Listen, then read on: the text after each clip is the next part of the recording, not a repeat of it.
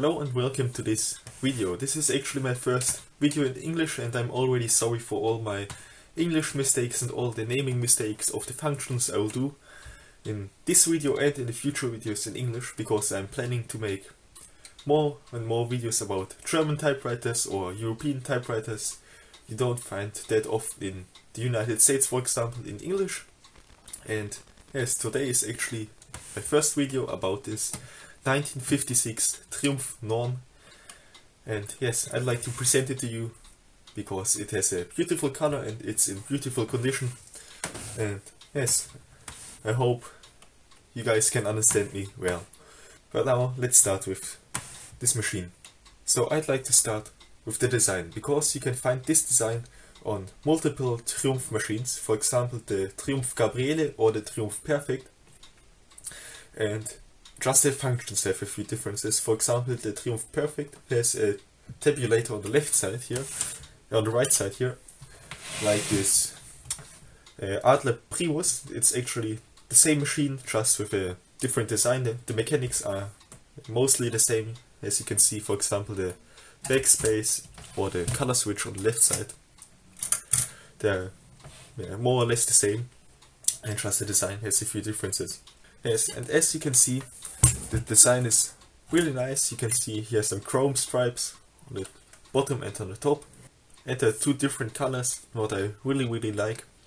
So this green tone is, in my opinion, very beautiful, and the white top, of course, as well. That's mostly it with the design. Let's go over to the functions. And before you can start typing, as you can see, the machine doesn't really move. There's a carriage lock on the right side. You have just to pull it to you, and now we can start typing with this machine. So on the left and right bottom side you have two shift keys, and on the left side you have a shift lock. As you can see, the machine has a carriage shifting, segment shift. On the left side, right next to the caps lock, you have the color switch, and as you can see, there are not three dots in red, white and blue. There are two arrows on the color switch. The red one is pointing up and the blue one is pointing down, and yes, it's easy to understand. Up is red, down is blue, or in this case black. And yes, on the right side, next to the color switch, we have the margin release. So if you're at the end of the line, you can just press this button and go on typing. And yes, on the right side you have the backspace. That's easy to use, and you don't have to use a lot of force to backspace. So let's go over to the keyboard. As we can see, it's a German typewriter, so it has a Querz keyboard layout, and it has the Ü, Ä and Ö, so it's a German keyboard. Yeah, it also has a 1 and no 0, so for the 0 you just use the upshifted O. And yes, that's it with the keyboard. Let's go over to the cover, to the top. You can just pull it up, and that's it. That's how you remove it, and there you can see your color ribbon and your color ribbon spools. Yes, it uses regular spools and a regular 30mm color ribbon.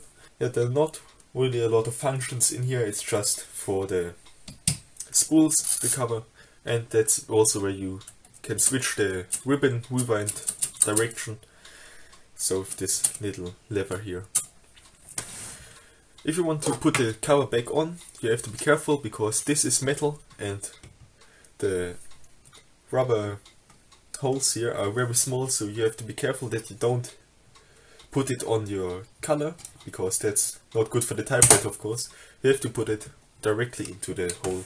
Yeah, let's go over to the carriage, and as you can see, the functions here are very basic. So that's the paper release, that's the carriage release here, and that's the right platen knob, and of course you have a second carriage release on the left side and the left platen knob.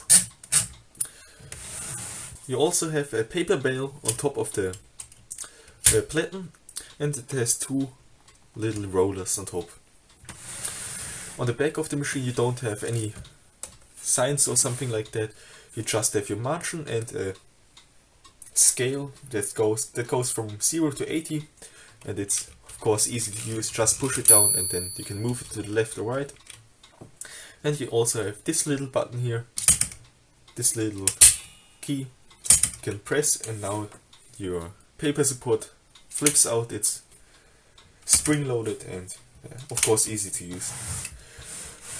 You also have this little part on the back, that's where my typewriter vocabulary in English ends, so that's to support your paper feed.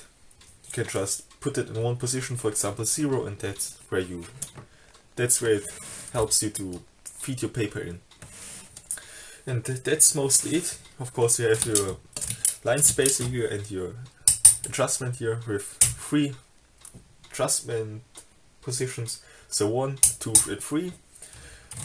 That's more than enough. If you want to find your serial number on this machine, you have to flip the typewriter and then you can see it here. It's on a small metal sheet down here, and yes, you can find your year of production on Typewriter database. And that's mostly it, so let's go over to the typing so you can see how the machine types.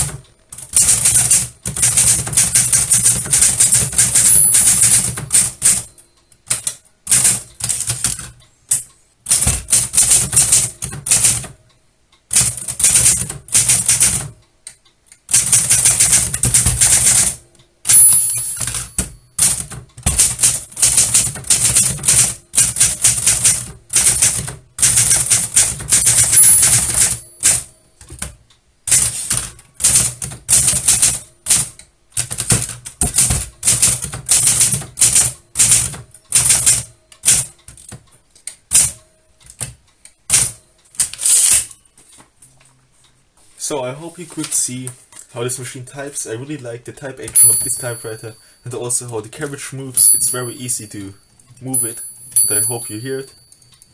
It's very silent, and I really enjoy typing with this typewriter. And yes, if you can buy one of those typewriters, or Triumph Primus or Junior or Favorit, it's very similar to this typewriter, and as I would take it, you don't make a mistake with it. Those machines are very nice to use. So I hope you could understand me, and I hope you enjoyed. See you the next time. Thank you for watching.